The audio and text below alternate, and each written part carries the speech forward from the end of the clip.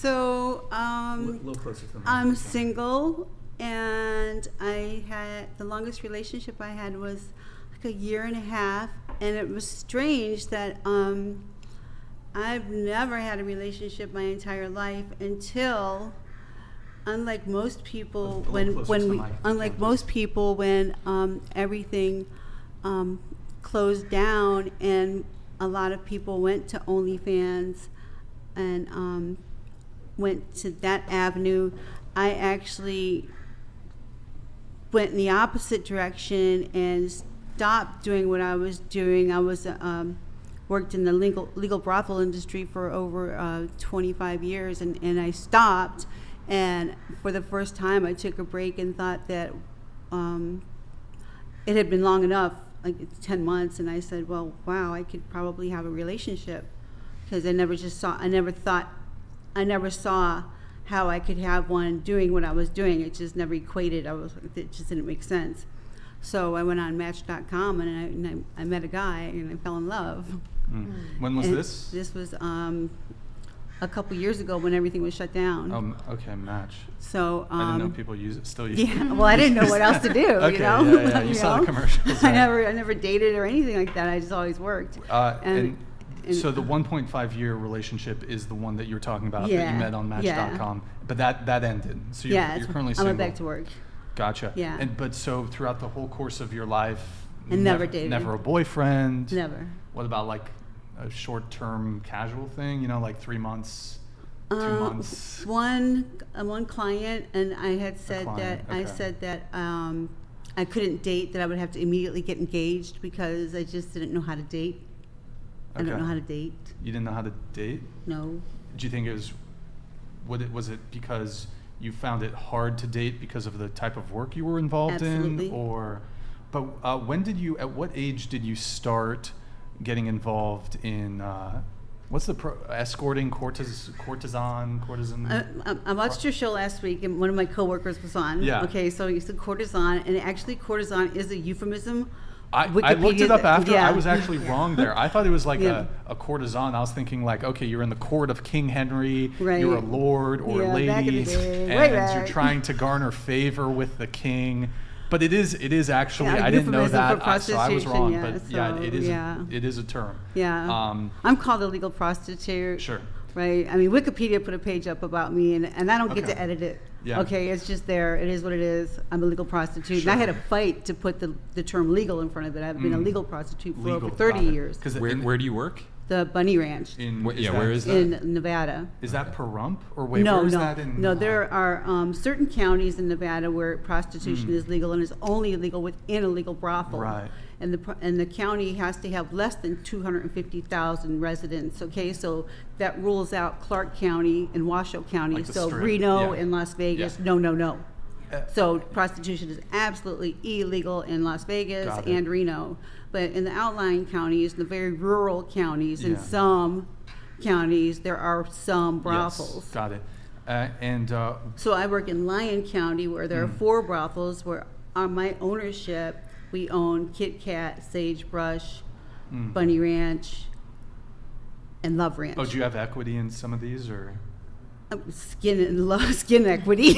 Okay, sure. Blood, sweat, tears, and skin. Okay. Just 'cause you mentioned those. Okay. I got a question. What's the proper term for one of your customers? Clients. A client. Okay. How many? Clients. We're not allowed to call them TRICKs. We're in big trouble. Okay. What about John's? Is that illegal? Marks. That's a movie, John's? isn't it? like oh, he was a John, right? He was a John. If I'm curious. Yeah, go for it. If you had to estimate, how many clients would you guess that you've had over the years? I couldn't estimate. You know, that's a common question. How many guys do you sleep with per day? And this is so unfair to women, because like with guys, like, it'll be like, how many girls have you slept with? And the more women you've slept with, it's like, oh yeah, man, yeah, I mean, more power to you. I've slept with 400 women in a day. You're the man. You know. And but a woman, if she slept with more than one man in her life, it's like, you're a whore. Go to hell. You're Yeah, stained. pretty much. So. Yeah. and that's just society that's I'm done more that. consistent in that area, by the way. Yes, I am as well. Guys will go to hell as well as women Okay. unless they're Yes, he's right. You know, and it's just that some things that society has put on us. In some areas, you know, people Yeah. are different. People operate in different areas, in different arenas. So it's just this arena and this religion or this area says that's not cool, but this area operates in a totally, this other area operates in a completely, totally different arena, and they're absolutely happy. They treat people with respect and honor and Yeah. love, and everybody's happy, and there's no meanness. At what age did you get involved with escorting? Very young, very young. I left home. There was incest in my family, as there is a lot of women that do end up in my industry. So we do get judged quite unfairly. A large, huge percentage, sex has been devalued from the get-go, either in their family or from their neighbors or in school. So When you say young, do you mean 18, 19, no, 20? I'm talking 6, 7, 8 years old. Yeah, I've heard that's You super know, prevalent yeah. in the No, industry. I'm talking like when you started Started escorting. okay, so Escorting, 'cause yeah, I'm 6, 7, hoping 8 years old. you We're talking weren't grade school. No, but Panty like, shots for ice cream money. Okay, yeah. Let's maybe avoid that topic, but Oh yeah. But okay, so but when okay. I left home at the age of 13 and you and started hitchhiking around the country. Was that when you began working? Yes, so they Oh, called wow. that survival prostitution. okay, Damn. and then you And that was scary. you That was lived a very, hard life. very, very scary. You want Yeah. to talk fear-based? That was very, running underneath trucks and pockets getting cut out, and Jeez. girls getting gaffed, and it was, terrifying. were you absolutely terrifying? Were there periods of any homelessness? I mean, it Well, yeah, sounds you're hitchhiking around the country. You're Yeah, going from truck to sure. truck, the biggest, shiniest truck. What's next? So Okay. this is how I heard about the brothels. So we're going cruising across Highway 80, and we're on the CBs back then. And this was way back when the trucker strike was going on. It was like CBs and